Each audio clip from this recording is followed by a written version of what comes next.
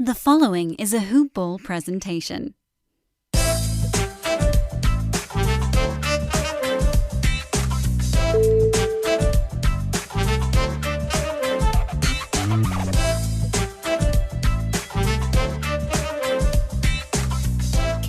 Guys, welcome back. It is I, Lyle Swithenbank, back with another installment of the Pelicans Scoop at Hoop Ball Pels on Twitter, at Lyle Swithenbank on Twitter.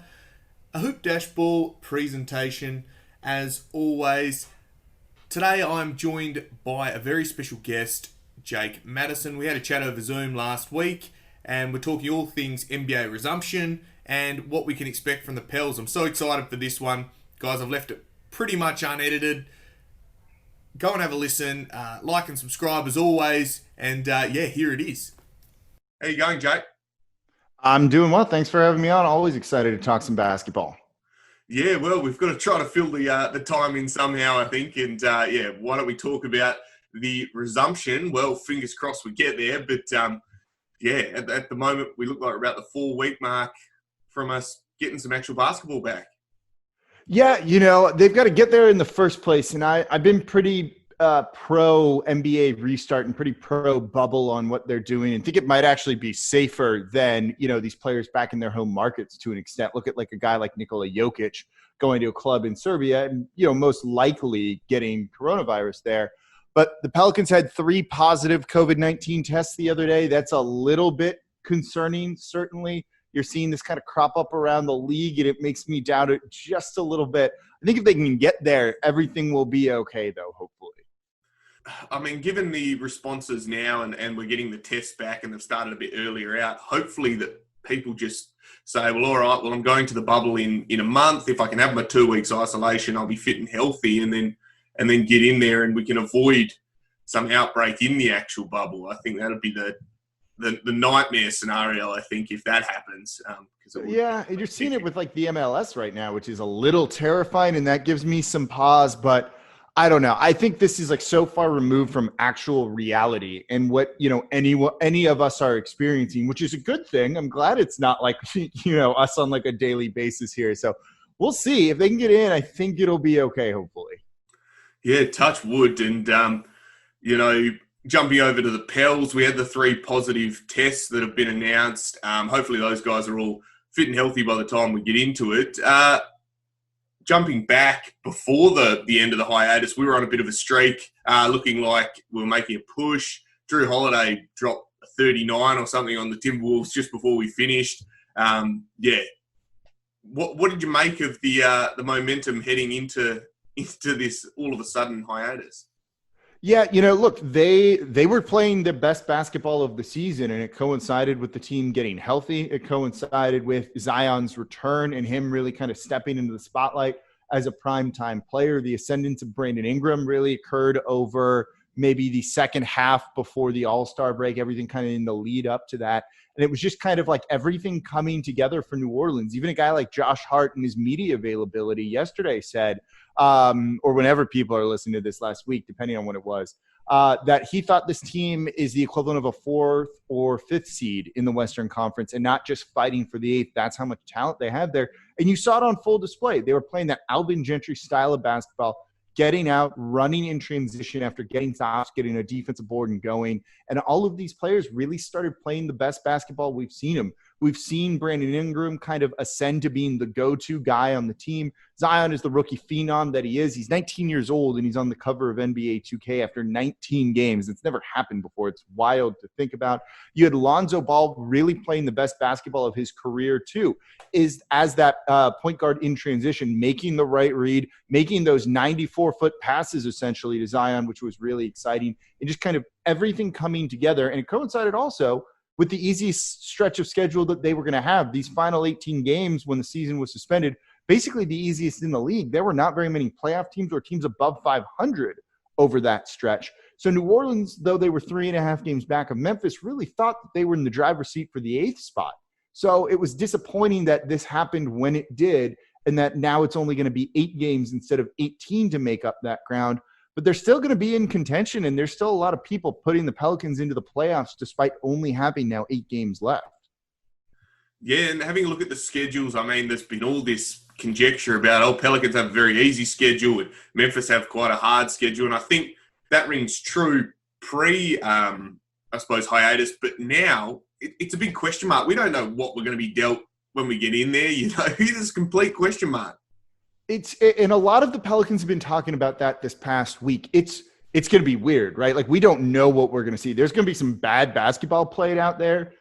Players are sitting out, so it kind of messes with the idea of the team that these franchises have built going into this already. Some teams are getting healthier. Memphis probably benefits from this, despite their tough schedule. They're getting a guy like Jaren Jackson Jr. back, like Brandon Clark back. Two pretty key guys for them that were hurt going into this when they were going to hit the toughest part of their schedule. So maybe they'll win a couple of games, or they won't lose as many as they would have otherwise. And I think that's a pretty big thing for them.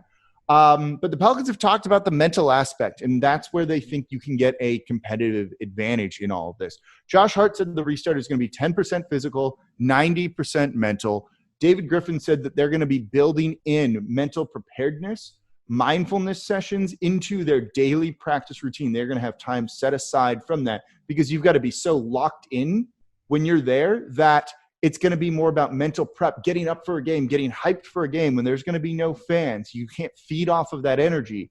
So all of that stuff's really going to come into play in a big aspect of it. And this is something the Pelicans have been working on all throughout the shutdown so far. So they feel pretty confident that their preparation on the mental side of things is going to lead to a lot of success with the easier schedule that they have. I think that's a great, quote, that the mental aspect is going to be a huge factor in this. This is unprecedented. What do you look at throughout history to be able to replicate, to be able to do it? Nothing. I think it is completely uncharted territory. And I think that's a great mentality, I guess, to use the word in the definition, as I suppose the mental wellness and looking after that, because all of these guys are going to come out rusty, regardless of how much training you're going to have. It's not the same as having a full off season, full season. We're not going to see heading into playoff basketball, I think, in 8 games. I think it's going to be a little bit further down the line if it does get back to that elite level this season. Yeah, no, absolutely. Like, you're going to see you're going to have a game where a team shoots like 15% from 3 just because it's so weird. They don't have their legs under them for whatever reason. There's no home court advantage for anybody. And that the biggest thing is, when you're playing in the season, sleeping in your own bed, having a regular routine when you're at home, not living out of a hotel. Well, they're all living out of hotels. So these are essentially almost all road games for every team at all times during this, which is a really weird thing. Something that Alvin Gentry even talked about was, what happens if things aren't going your way in a game? And you can kind of sometimes feed off the crowd at home to get you back into it. They start cheering you when you're down. You feed off of that energy. Where do you get that from in a game in this situation? The pumped-in crowd noise is not going to have the same effect. Not seeing the people standing yelling for you. That all matters. And he pointed to the bench. And this is where teams with really good team chemistry that are really bonded together, that have a lot of fun together, a team like the Pelicans, are going to have an advantage, because it's going to really be on your guys on the bench, the guys sitting down, not in a game, to cheer you on and get you back into this.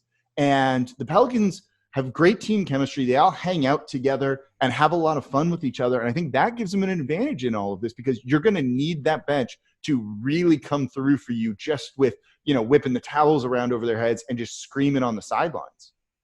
It's going to be almost pickup basketball-esque. I know back towards the end of the Australian NBL season, we had our finals games that were played with no crowds. And my team, the Perth Wildcats, usually have a unrelenting, home court advantage in the RAC Arena in Perth. But we played here and no crowds. We had the cheerleaders were there, and there was a few, staff, but otherwise the crowd just wasn't there, and our guys got absolutely hosed.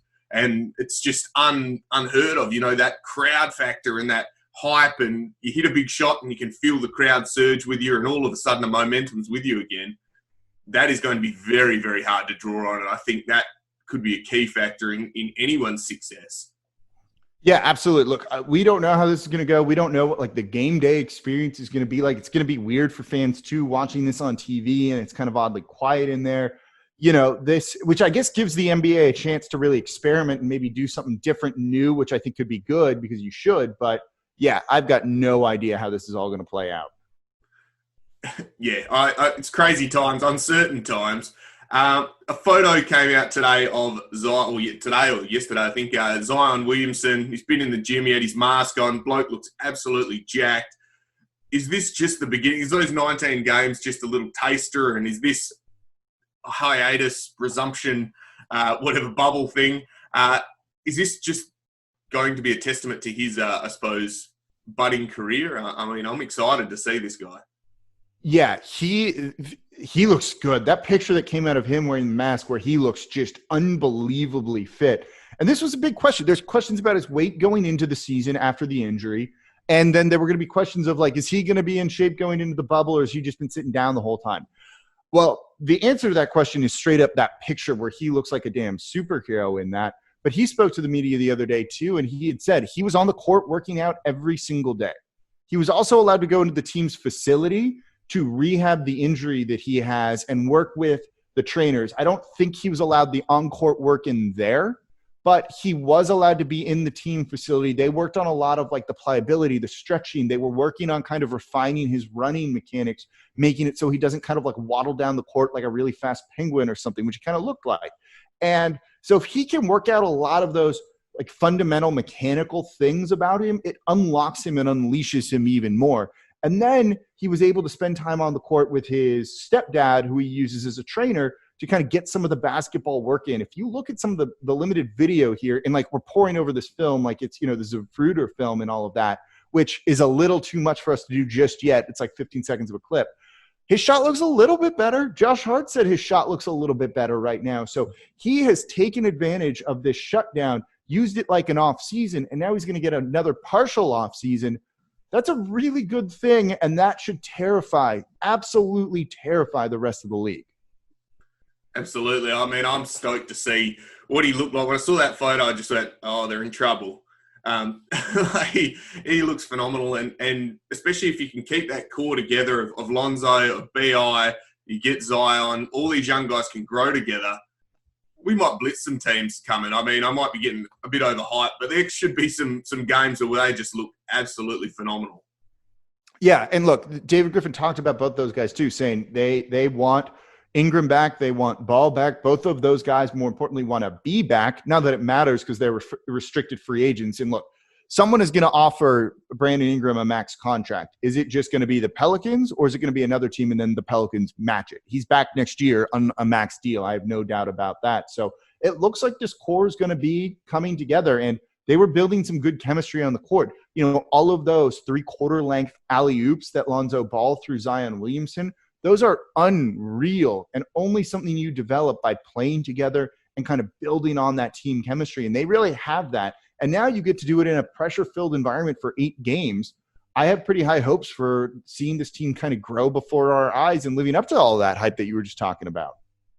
I think we can't discount the veteran presence as well, especially coming back into this bubble. Guys like Derek Favors, JJ Redick, and Drew Holiday, all of these guys are going to be key in making sure these guys stay level-headed and I suppose don't get caught up in it all. I think it's going to be overwhelming. These guys, I think, as a spectator, we forget that these guys are 18, 19, 20 years old, and this is a huge moment and away from family. And I think, how important do you think the veteran presence will be? I mean, there's a reason they went after J.J. Redick on the opening night of free agency last season. There's a reason they went after a guy like Derek Favors making $22 million. That's a lot of money, and they gave up 2 second-round picks for him. It's given up something for him, for a guy that, the Utah Jazz just were like willing to get rid of, and maybe another team could have gotten for less, but they overpaid, maybe not overpaid, but they bid a lot for him because they really believed in the value of those 2 guys like that and the veteran presence that they provide. This is a very young team. The average age is under 26.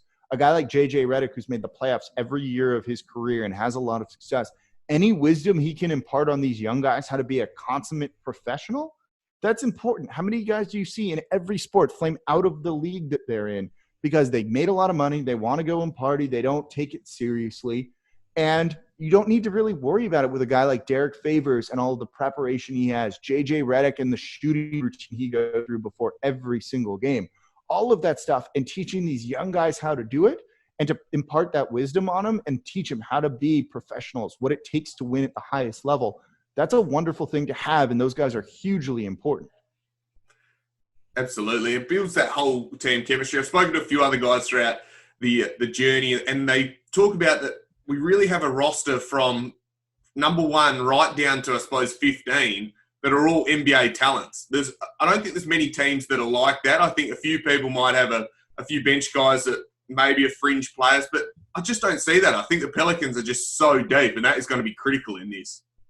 Yeah, Alvin Gentry said you're not going to be playing guys 40 minutes per game. I don't even know if you'll really see guys for the first handful of games playing 30 minutes unless they feel really confident in that, which means you're going to need to go to your bench, and those guys towards the end are going to need to step up. And you're right, they do have some very established guys that are just solid NBA players. They might not be spectacular, but you need guys like that if you want to win. E'Twaun Moore is a really good example of it. His numbers don't jump out at you, but he started, multiple positions for the Pelicans, can play out of position in a pinch if you need him to. He started at small forward all of last season, essentially. He can hit shots for you. And Drew Holiday said it this year, when E'Twaun plays, we win. They love a guy like that. And the presence that he has, just knows what to come in and do, won't make mistakes, might not necessarily win the game for you, but can hold things down and prevent other teams from getting away from the Pelicans when he's out there on the court till the starters can kind of come back in and close the game out. Having a guy like that is unbelievably important, I think. Well, it's going to be interesting to see how it all plays out. This season, we'll go right back. We're going to go down through the history books, I guess. And start of the season, huge hype. I guess we lose AD in the off-season was the big, I suppose, detriment. Everyone's going, oh, what are we going to do now? There was all that turmoil at the end of last season. Land number 1 draft pick. We get Zion. We've basically rebuilt from the top down. Huge off-season. What were your expectations going into this season? Did you think we'd be in this position at all, despite the pandemic, I suppose? And pushing for I forget exactly how long the losing streak was. 13 games, 14 games, something like that the Pelicans had. Once they hit that, I thought there was no chance of the playoffs. I thought at that point you kind of shift your season objectives to improving. Can you maybe kind of get into fringe playoff contention? Can you at least maybe do a youth movement, start playing guys more minutes like Jackson Hayes, Nikhil Alexander-Walker, and just use this as like almost an extended training camp for the team? So the fact that they've managed to turn it around like this and get into contention and have maybe a greater than 50-50 shot of getting into the playoffs, I think that could be fair to say. I think you can argue that is an unbelievably impressive job for this team, and everyone should be really proud of what they've done. And this fits the season's objective goals that David Griffin laid out. He said they wanted to be playing meaningful games in March and April. They're just now going to be playing meaningful games in July and August and maybe, hopefully September, October, if it goes on that far. But you kind of look at this season and go, all things considered, the good with the bad here too, that it's probably been a success. I thought at the start of the year, if everyone is healthy, I think they're better than the 7th or the 8th seed, maybe fighting for 5, 6. I don't think they were going to get home court advantage in the first round. But then when you factor in that there was a lot of roster turnover this past offseason, I think they only had 5 guys carry over, 7 guys carry over from the season before, and you're introducing a lot of youth, things are bound to go wrong. And then you factor in injuries. Like Derek Favors wasn't healthy for the first part of the year. Lonzo Ball didn't have his legs under him till closer to the All-Star break, I think. And the best case scenario, everyone's healthy, things go well, they'll fight for it. But then you look at it, and that's just not realistic and not how it's going to go in the NBA. So all things considered, I'm pretty happy about this, but we can see it. The talent is there for them to be better than what their record indicates, I think. Yeah, and like you see, you hit the nail on the head. With the roster turnover, you got 5 guys that have been there before. Everyone else has come in. You've got them from all over. They've got to learn a new system. They've got to learn what it's like to live in New Orleans. It's a huge adjustment. I think that's discounted as well, is that these people have moved from wherever they've been the last few years to a completely different city. New Orleans is its own beast in itself. So getting around there, that was big for Derek Favors. He really struggled adjusting the first couple months of his time here. Basically he'd been with the Jazz his whole career for 10, 11 years after being traded his rookie year. And he'd never known anything other than that. So coming here to a new coaching staff, a new organization, they do things differently than what you're used to. It really takes time to adjust to that. There was one point he hated it here. And then once you get through that adjustment period, you start to play some pretty good basketball and you start to like it, which is what the case is now. So I think that's a very underrated point of all that turnover, people coming into a new environment. It's going to lead to some struggles in the beginning. Absolutely. And then we saw Derek Favors' value on the court. He was just an absolute anchor. I mean, I've had the luxury during all this hiatus to go back and watch a fair few of the old games. NBA Live or League Pass, whatever it is, was letting us all watch it for free. So that was even better. So I was sitting there, and you have a look when he's on the court, it just calms down. The guys just seem to play better. He can either be, you can throw it to him on the offensive end, and then he also locks down on the D. And I think that was a very underrated thing. When we didn't have him, you had guys like Jackson Hayes and Jahlil Okafor, who are good basketballers, but are a bit younger and just maybe not as polished. You could see that level-headedness when he came back onto the floor, Derek. Yeah, no, absolutely. He was a key guy. You know, I think Zion can play the 5 long-term, really do, but he wasn't ready for that sort of thing right now. So you can't throw him into that role. You needed a veteran center just to kind of hold it down. Derek Favors had also done a very good job in limited action with the Utah Jazz playing in transition. His transition numbers on a per-play basis were outstanding. I think the Pelicans looked at him as a guy that they could really fit in and kind of unlock some hidden offensive potential in him too. But you also mentioned Jackson Hayes, who was thrust into action far earlier than anyone predicted for him. It was supposed to be a redshirt year for him. That's what David Griffin had said. He was supposed to spend most of his time in the G League, not playing at big NBA minutes. And then all of a sudden, this guy's getting 25 minutes a game when he really only started playing, organized basketball, his junior year of high school.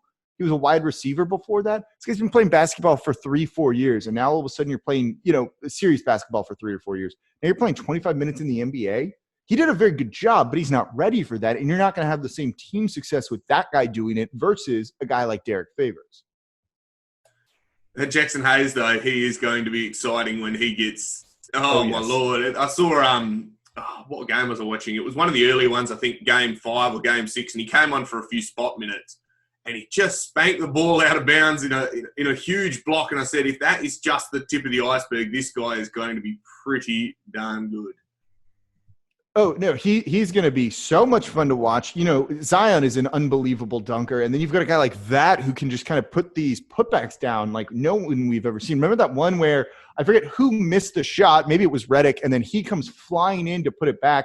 And then Redick's basically on the floor in disbelief about what just happened. And frankly, it looks like he'll be able to develop a jump shot, which is going to be really important. I don't think he needs, tremendous 3-point range, but anything to kind of spread the court when he's out there with Zion is going to be a good thing. But having kind of a high flyer like that, he's been a decent passer at times. He shows off some minor playmaking ability, I think. 4-5 pick and roll with him and Zion eventually is going to be really, really fun. You're just going to throw the ball up somewhere near the backboard. One of those guys are going to get a hold of it. Yep. It's going to be great. I can just imagine seeing Lonzo get to the half court and just lob it up there. He's like, someone go and get it. We're getting 2 points out of this. Lonzo, another guy that the first half of the season, like you said, legs weren't under him. It was obvious. People are going, what's going on here? He then seemed to get healthy. I don't know if he was unhealthy in the beginning, but he got his legs under him. That shot started falling. He was playing like a top 5 point guard in the league almost. Phenomenal. Yeah, he's an interesting case because he's got an interesting free agency coming up. And look, he struggled to start with the Pelicans, and he is very good at what he does, but there are some very clear limits to his game. He's great in transition, and that is where he truly excels, making the right pass, finding those lob opportunities, and kind of creating those.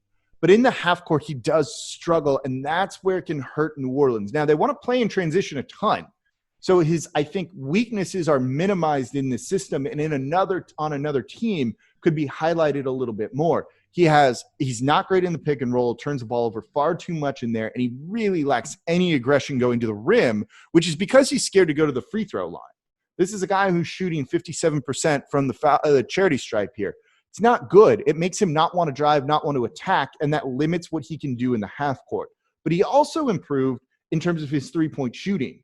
If I told you Lonzo Ball took 6.5 threes per game 2 years ago, you'd be like, what the hell is this guy doing? Except he's making his three-point shot at 38%. That is more than respectable in the league and made him a credible threat this season. So his free agency, I think, is going to be really interesting because he's arguably more valuable to the Pelicans and the style of basketball that they play than any other team out there. So is another team going to come in and overpay for him, or are the Pelicans going to have kind of a prolonged negotiation period where he thinks his value is higher because look what he does to New Orleans?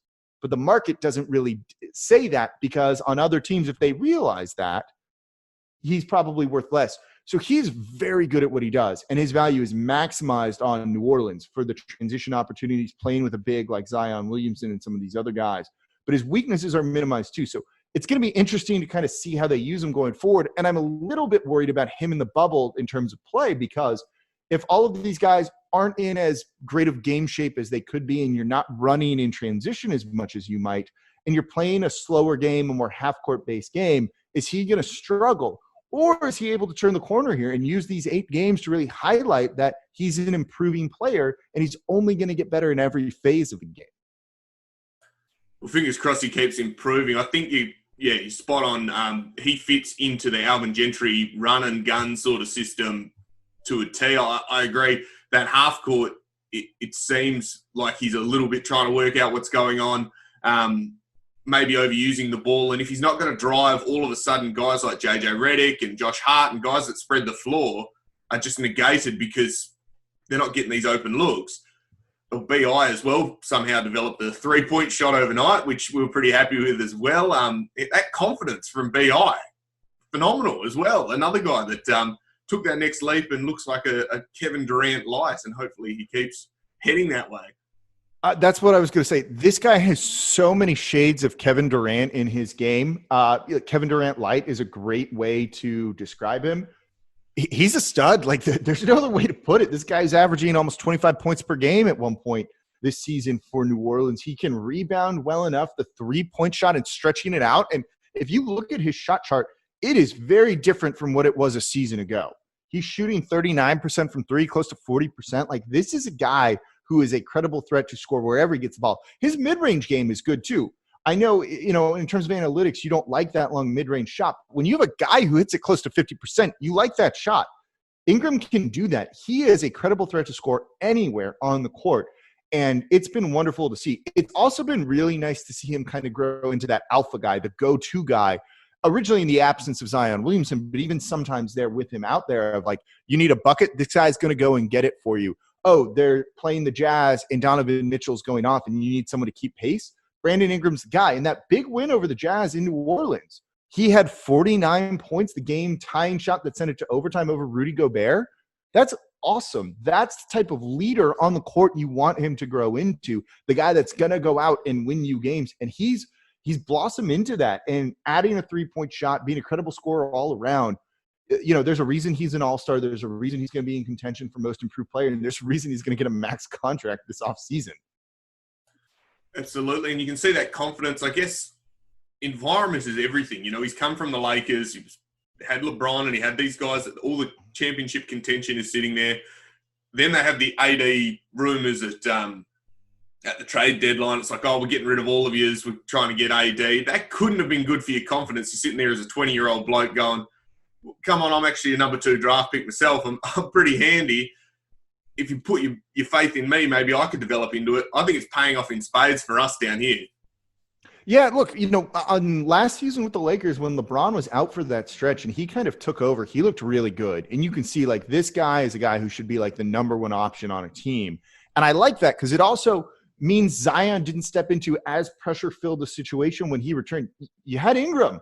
Give Ingram the ball if Zion's having a bad game. It's not all on Zion's shoulders, and that allows him to come along a little bit slower, which I think is a good thing for some of these younger guys. So I think it's awesome that he'd shown flashes of it before, and then you kind of trust him. And, sometimes it just takes that vote of confidence, a trust from a coach to really unlock the best out of a player, and you're seeing it with Brandon Ingram. The other thing is, he's a very good playmaker. He has been excellent passing the ball this season. He's averaging over 4 assists per game, and you can see it. You can run some point-forward offense with him where you run it through him, and when teams try and throw a double team at him, it's great because he's going to make the right read. That's one thing I'd always wished Anthony Davis could have developed, was that passing ability. And he showed flashes of it, but he was getting double and triple teamed all the time, and he just couldn't make the right pass, and it would lead to a turnover. Ingram, you don't need to worry about that. When he's cooking, if teams really try and take him out of the game and send 2 guys at him, okay, he's going to get the ball to the guy that's open, and that's going to create for others. So it's not just his scoring ability, but what he does for his teammates too. It looks like it was something like his core strength or something that has improved, that ability to go to the bucket and then even alter his shot in the air. And that's something that I hadn't seen from him before, that confidence that, okay, I've actually leapt up already, I need to bail out and still find the right read. That's tough to do at any level, let alone a guy that's, 24 or even younger. And yeah, I just am the biggest BI fan. If you ever listen to any of the things, I'm pumping him up all the time. Well, it sounds like he's going to be here for a really, really long time. So everyone should be big BI fans right now. Yeah, fingers crossed. We had another young guy, Nikhil Alexander-Walker, up and down season from a rookie. His cousin is Shai Gilgeous-Alexander from the Thunder. If he turns into even shades of Shai, we'd be pretty happy with that. That guy is the same build, and if you can get that confidence, I heard rumblings that he follows JJ around a bit and has been a bit like a sponge learning from him. What's the floor of Nikhil? Do you think he could be a pretty good player? Yeah, he's definitely a rotation player, I think. I think after an unbelievable summer league where we were so high on him, he made the all-summer league team, that he kind of crashed down a little bit back to earth in the NBA this season, which is to be expected. Like, how often is the 17th overall pick in the draft making a massive impact for a team in year one? It takes these guys 3 years or so to be, quality NBA players. He's got the confidence, which I think is really big. The shooting we know can be there. His stroke's good. His form's good. That'll fall with just time and repetition in the NBA. And, when you're on a team that's trying to be in playoff contention, you're going to get minutes one night. You're not going to get minutes the other night. You're going to get minutes again. Then you're going to go a stretch without him.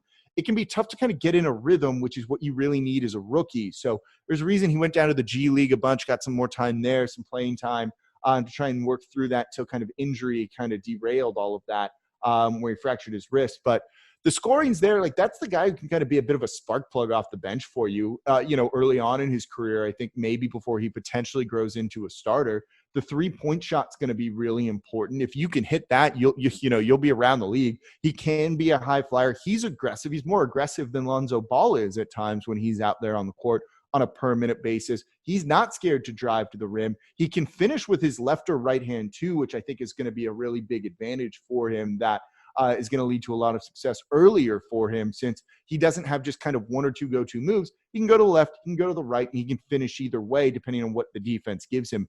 Those are really good things. That's kind of the role I see him is in right now, a shooter, a scorer. You need some points off the bench. That's a great guy to have right now, and give him time and some development, and we'll see what he can grow into.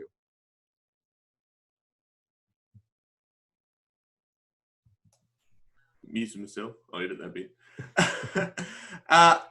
Jake, I'd like to thank you for joining us. Before I let you go, I just want to get your key, I suppose, cast your mind into the future. What are we looking at in this bubble? What are the hopes for the Pelicans? What do you think is going to happen?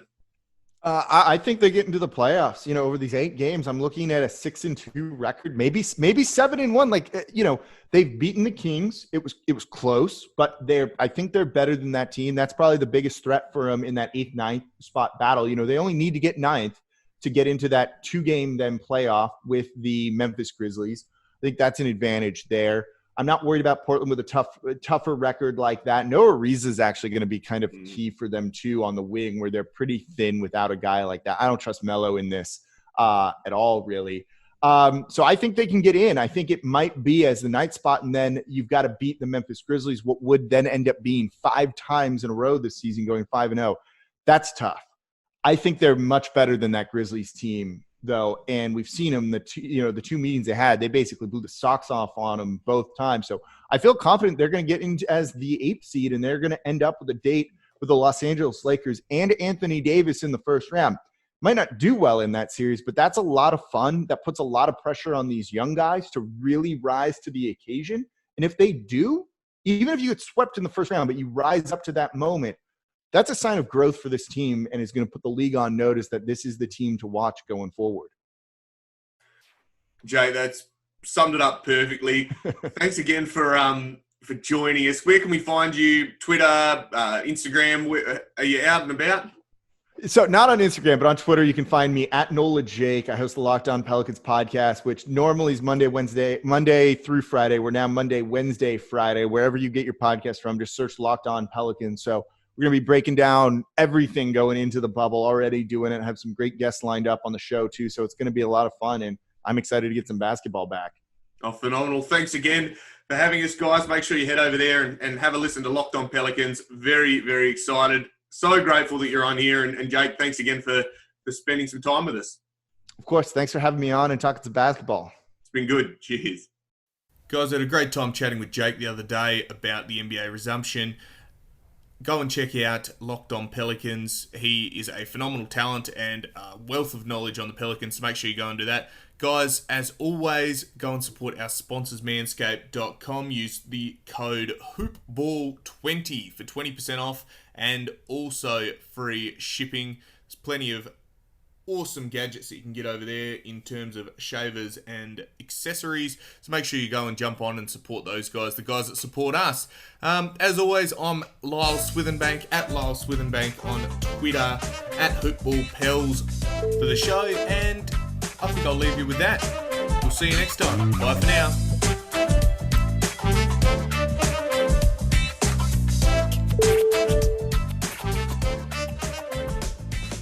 This has been a Hoop Ball presentation.